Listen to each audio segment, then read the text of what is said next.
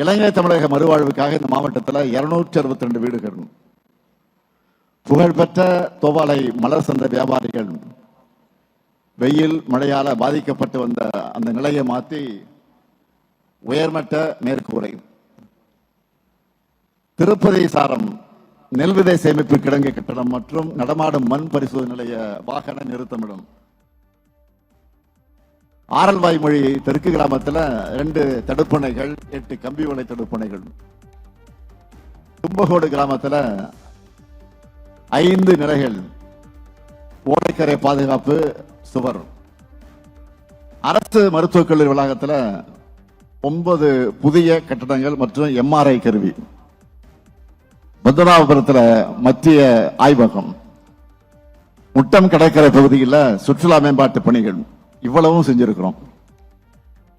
அது மட்டும் இல்ல, இன்னும் நிறைய பணிகள் நடந்துகிட்டு இருக்கு. குலசேகரம் அரசு மருத்துவமனையில் ஒருங்கிணைந்த விபத்து மற்றும் அவசர சிகிச்சை பிரிவு, கன்னியாகுமரி அரசு மருத்துவமனைக்கு கூடுதல் மருத்துவமனை கட்டடம், பூதப்பாண்டி அரசு மருத்துவமனையில் தாய் சேய் நல மேம்பாட்டுக்கு புதிய மருத்துவமனை கட்டடம். அது மட்டும் இல்ல, குமரி மாவட்டத்தில் சுற்றுலாத்துறையை மேலும் வளர்த்தெடுக்க நிறைய செஞ்சிட்டு இருக்கிறோம். சிற்றார் 2 அணை, சிற்றார் 2 அணை, திருப்பரப்பு அறை, மாத்தூர் தொட்டி பாலம் ஆகிய பகுதிகளில் மேம்பாட்டு பணிகள். கடந்த மாதம் கூட சர்வதேச அளவில் இருக்கக்கூடிய சுற்றுலா விடுதிகளை கட்ட புரிந்துணர்வு ஒப்பந்தங்கள் எல்லாம் கையெழுத்தாகி இருக்கு. இதுபோல நாகர்கோவில் மக்களுடைய நன்மைக்காக வடசேரியில நவீன ஒருங்கிணைந்த பேருந்து முனையம் கட்ட இன்று அடிக்கல் நாட்டி இருக்கிறேன். செம்மாங்குளத்தை தூர்வாரி மேம்படுத்தி மழைநீர் சேகரிப்பு அமைப்பா செயல்பட அடிக்கல் நாட்டி இருக்கிறேன்.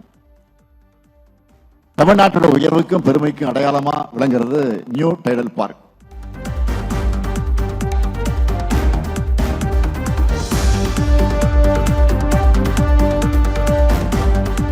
அடிக்கல் நாட்டி இருக்கிறேன்.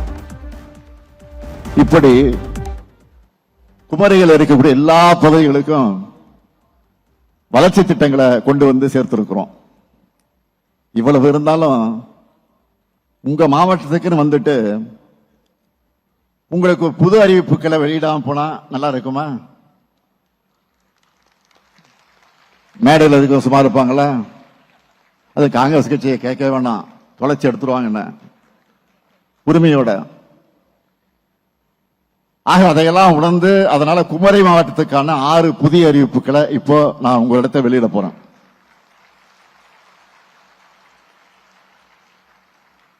முதல் அறிவிப்பு, சுற்றுலா பயணிகள் அதிக அளவு வருகை தரக்கூடிய கன்னியாகுமரி நகராட்சியின் குடிநீர் தேவைகளை நிறைவு செய்ய பழையாற்றிலிருந்து கூடுதல் நீர் வழங்க 28 கோடியே 20 லட்சம் ரூபாய் மதிப்பீட்டுள்ள புதிய திட்டம் செயல்படுத்தப்படும்.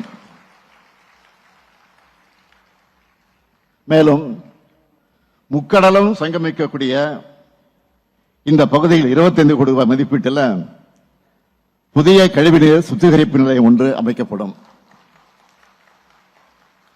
இரண்டாவது அறிவிப்பு, குளச்சல் நகராட்சி மற்றும் மண்டைக்காடு பேரூராட்சி பொதுமக்களுடைய நீண்டகால கோரிக்கையை நிறைவேற்றக்கூடிய வகையில் ஏவிஎம் கால்வாய் 1 கோடியே 20 லட்சம் ரூபாய் மதிப்பீட்டில் புனரமைக்கப்படும்.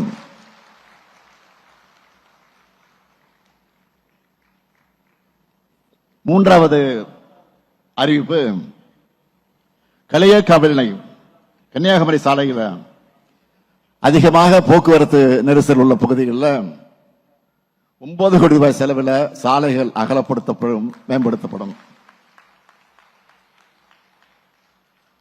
நான்காவது அறிவிப்பு, கல்குளம் வட்டம் முலகமூட்டில் உள்ள பழம்பெரும் தூய மரியன்னை பசிலிக்கா தேவாலயம் 2 கோடி ரூபாய் செலவில் அதன் பழமை மாறாம புனரமைக்கப்படும். ஐந்தாவது அறிவிப்பு, தமிழ்நாடு மீனவர் நலவாரியம் மூலமா தற்போது மீனவர்கள் மற்றும் அவர்தம் குடும்பத்தினருக்கு வழங்கப்பட்டு வரக்கூடிய கல்வி உதவித்தொகை, திருமண உதவித்தொகை உள்ளிட்ட பல்வேறு நலத்திட்ட உதவிகள் போன்ற பல்வேறு நிதி உதவிகள் அனைத்தும் உயர்த்தி வழங்கப்படும். இதற்கான விரிவான அரசாணையும் விரைவில் வெளியிடுவோம். ஆறாவது அறிவிப்பு, கடல்ல மீன்பிடிக்க போகும்போது காணாமல் போகும் நேர்வுல காப்பீடு உள்ளிட்ட நிவாரணங்கள் கிடைக்கக்கூடிய நாள் வரைக்கும் அந்த மீனவர் குடும்ப வாரிசுதாரருக்கு மாதம் 2000 ரூபாய் உதவித்தொகையா மீனவர் நல வாரியம் மூலம் வழங்கப்படும். இதுதான் திராவிட மாடல்.